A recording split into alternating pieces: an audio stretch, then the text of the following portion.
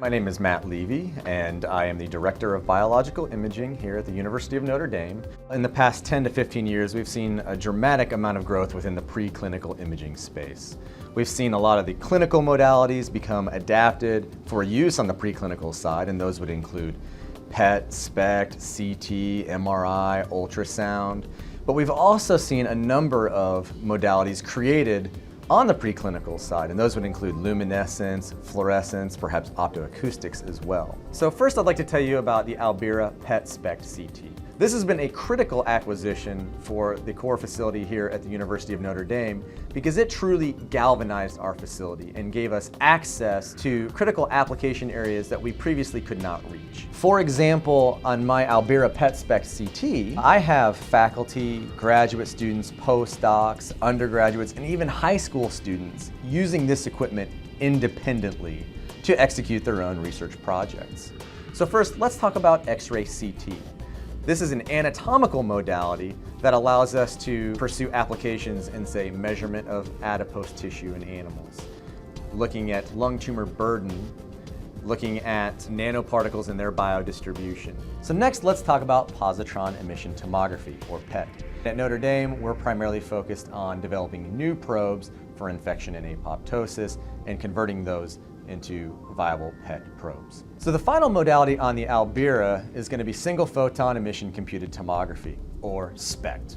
Now at Notre Dame, we primarily use SPECT to do functional imaging, where we're looking at the perfusion of different probes through either lung tissue or kidney tissue.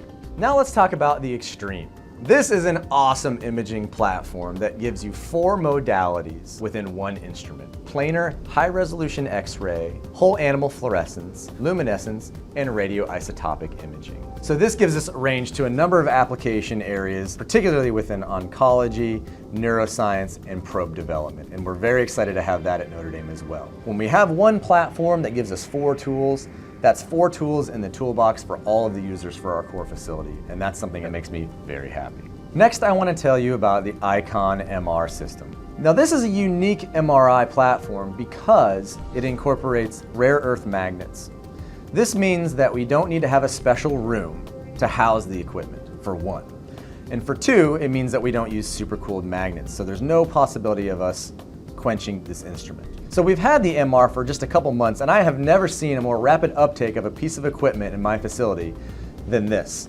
We have had folks coming out of the woodwork to do stroke imaging, tumor MET imaging in the brain, tumor MET imaging in the IP area, in addition to all the other multimodal studies that we're pursuing as we develop the technology. And we're very happy to have it within the in vivo facility at Notre Dame.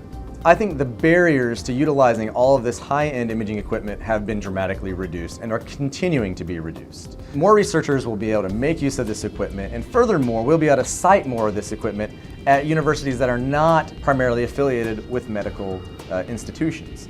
So we're going to see the imaging community continue to grow, and as it grows, we're going to see an increase in the use of multimodal strategies and a range of experimental models.